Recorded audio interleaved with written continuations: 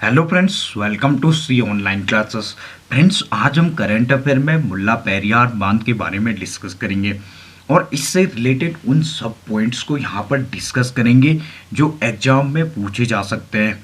इसके साथ साथ यहाँ पर हम केरल और तमिलनाडु के बारे में भी डिस्कस करेंगे। सबसे पहले मुल्ला पेरियार बांध।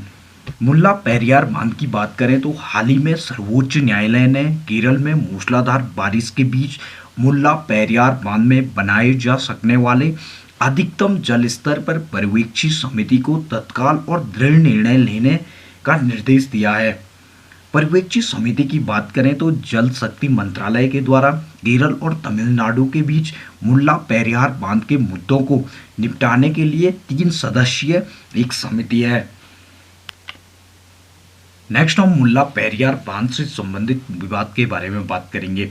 मुल्ला पेरियार बांध के जलस्तर में अगर बढ़ोतरी होती है तो इसकी वजह से केरल के इसके आसपास रहने वाले लाखों लोगों को खतरा बन जाता है, जबकि तमिलनाडु के लिए इस बांध की उपयोगिता यह है कि इससे तमिलनाडु राज्य के 5 जिलों को जल आपूर्ति की जाती है। इसके अलावा विवाद के हालिया कारणों की बात करें तो हाल ही में भारी बारिश ने मुल्ला पेरियार बांध में जल प्रवाह बढ़ा दिया है, जिसकी वजह से मुल्ला पेरियार बांध का अतिरिक्त पानी नीचे की ओर इदुक्की रिजर्वोयर में जा सकता है और जिसकी वजह से बाढ़ की संभावना बन सकती है। इसके अलावा वर्ष 2018 में सर्वोच्च न्यायालय ने सहमति व्यक्त की थी कि बाढ़ या अन्य आपदाओं से बचाव के लिए मुल्ला पेरियार जलाशय में जल स्तर 142 फीट की जो परमिसिबल लिमिट है से 2 या 3 फीट नीचे बनाए रखा जाना चाहिए। नेक्स्ट हम मुल्ला पेरियार बांध के बारे में बात करेंगे। मुल्ला पेरियार बांध की बात करें तो केरल के इदुक्की जिले में मुल्लायर और पेरियार नदी के संगम पर मुल्ला पेरियार बांध स्थित है और इसका जो रिजर्वोयर है वो पेरियार टाइगर रिजर्व के भीतर है। इसके साथ साथ इसका जो संचालन और रखरखाव है यह तमिलनाडु द्वारा अपने 5 दक्षिण जिलों के पेयजल और सिंचाई आवश्यकताओं को पूरा करने के लिए किया जाता है। ब्रिटिश शासन के दौरान 999 साल के पट्टे के समझौते के अनुसार परिचालन अधिकार तमिलनाडु को सौंप दिए गए थे। इसके अलावा इसका जो रिजर्वोयर है इससे डाइवर्ट किए जाने वाले पानी का उपयोग निचले पेरियार में तमिलनाडु बिजली उत्पादन के लिए करता है और इसके साथ साथ बैगई नदी की एक सहायक नदी सुरुलियार में बहते हुए तमिलनाडु के थेनी और 4 अन्य जिलों में लगभग 2.08 लाख हेक्टेयर क्षेत्र की सिंचाई करती है। नेक्स्ट हम पेरियार नदी के बारे में डिस्कस करेंगे। पेरियार नदी की बात करें तो यह केरल की सबसे लंबी नदी है और इसकी लंबाई 244 किलोमीटर है। इसके साथ साथ पेरियार नदी को केरल की लाइफ लाइन के नाम से भी जाना जाता है। इसके साथ साथ पेरियार नदी के ओरिजिनेट की बात करें तो यह पश्चिम घाट के शिवगिरी पहाड़ी से निकलती है और इसके साथ साथ पेरियार राष्ट्रीय उद्यान से होकर गुजरती है। पेरियार रिवर की मुख्य सहायक नदियों की बात करें तो उसमें मोतिरपुजा हो गया, मुल्लायार हो गया, चेरुथोनी और पेरिंजनकुटी इसकी मुख्य सहायक नदियां हैं। नेक्स्ट हम इदुक्की बांध के बारे में डिस्कस करेंगे। इदुक्की बांध की बात करें तो यह कुरावन माला और कुर्ती माला 2 पहाड़ियों के बीच स्थित है और इसकी हाइट की बात करें तो इसकी हाइट 168.91 मीटर है। इसके साथ साथ यह एशिया का तीसरा सबसे बड़ा आर्च डैम है। इसके अलावा इदुक्की बांध की बात करें तो यह पेरियार नदी पर केरल में कुरुवन और कुर्ती पहाड़ियों के बीच है और इसका जो निर्माण और स्वामित्व है वो केरल राज्य के विद्युत बोर्ड के पास है। इसके साथ साथ यह 780 मेगावाट पन बिजली का उत्पादन भी करता है। नेक्स्ट हम केरल के बारे में डिस्कस करेंगे।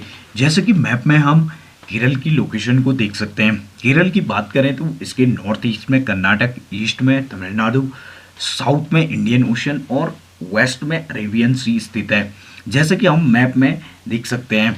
केरल की बात करें तो इसकी जो कैपिटल है वो तिरुवनंतपुरम है। इसके साथ साथ केरल हर साल अपना 1 नवंबर को स्थापना दिवस मनाता है।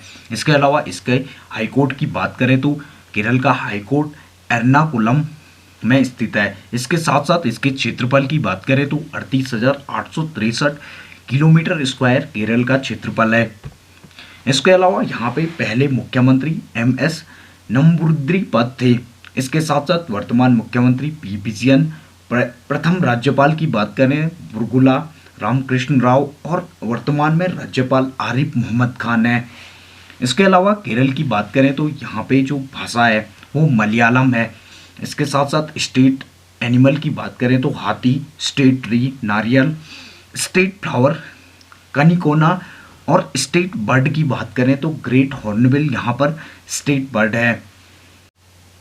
इसके अलावा केरल की बात करें तो यहाँ पर 14 डिस्ट्रिक्ट हैं। इसके साथ साथ लोकसभा सीटों की बात करें तो केरल में 20 लोकसभा सीटें हैं, जबकि राज्यसभा सीटों की बात करें तो 9 राज्यसभा सीटें हैं। इसके साथ साथ 140 विधानसभा सीटें हैं।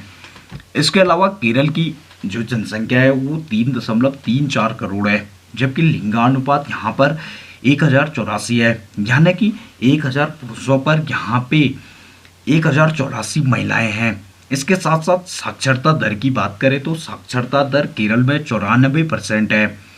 इसके अलावा हवाई अड्डों की बात करें तो तिरुवनंतपुरम, कोच्चि और कोझिकोड केरल के मुख्य हवाई अड्डे हैं।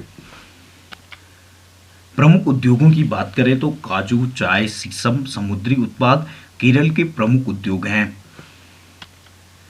इसके अलावा केरल में पर्यटन स्थलों की बात करें तो पद्मनाभ स्वामी मंदिर, सबरीमाला मंदिर और कला मंडप मंदिर केरल के प्रमुख पर्यटन स्थल हैं।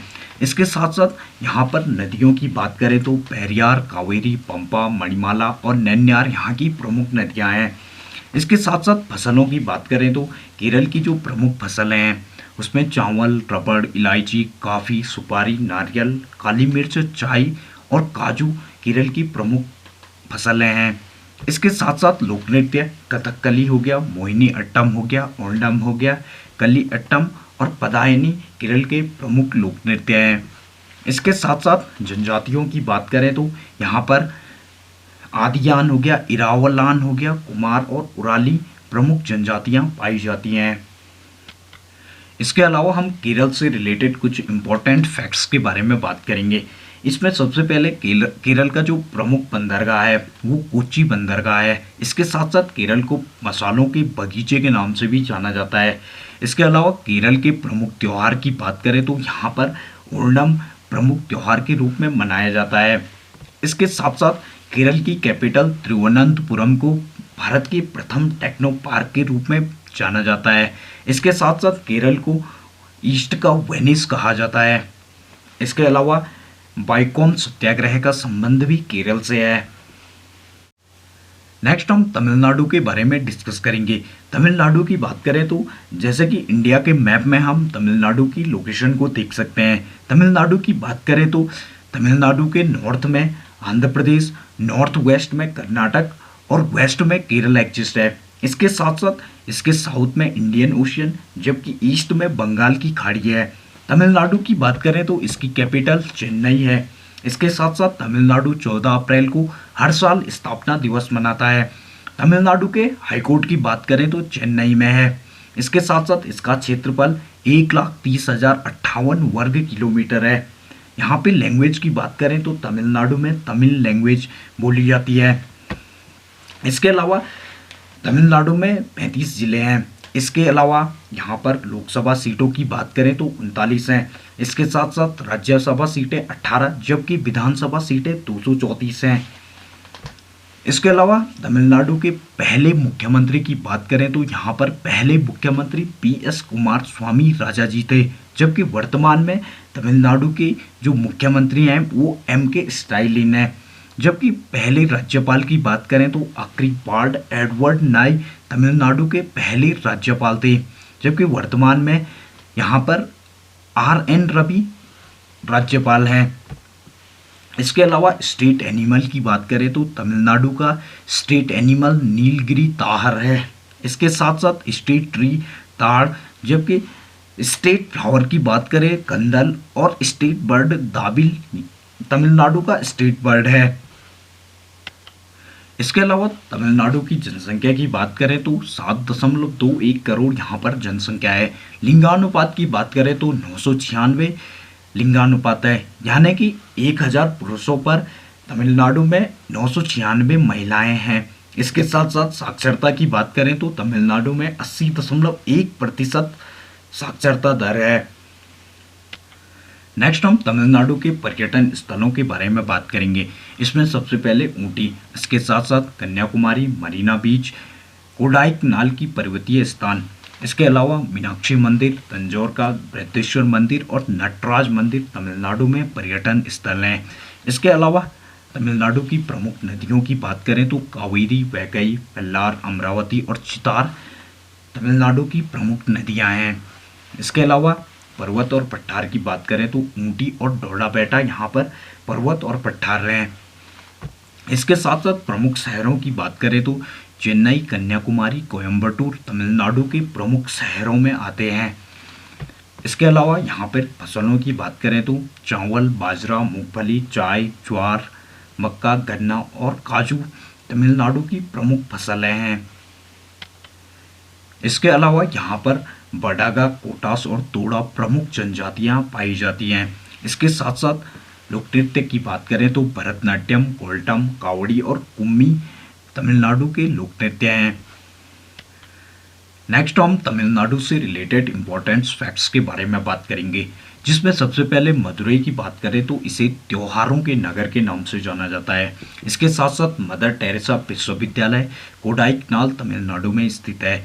इसके अलावा ग्रैंड एनिकट्स नहर कावेरी नदी पर तमिलनाडु में है। इसके अलावा आतिशबाजी के लिए फेमस शिवकाशी भी तमिलनाडु में स्थित है।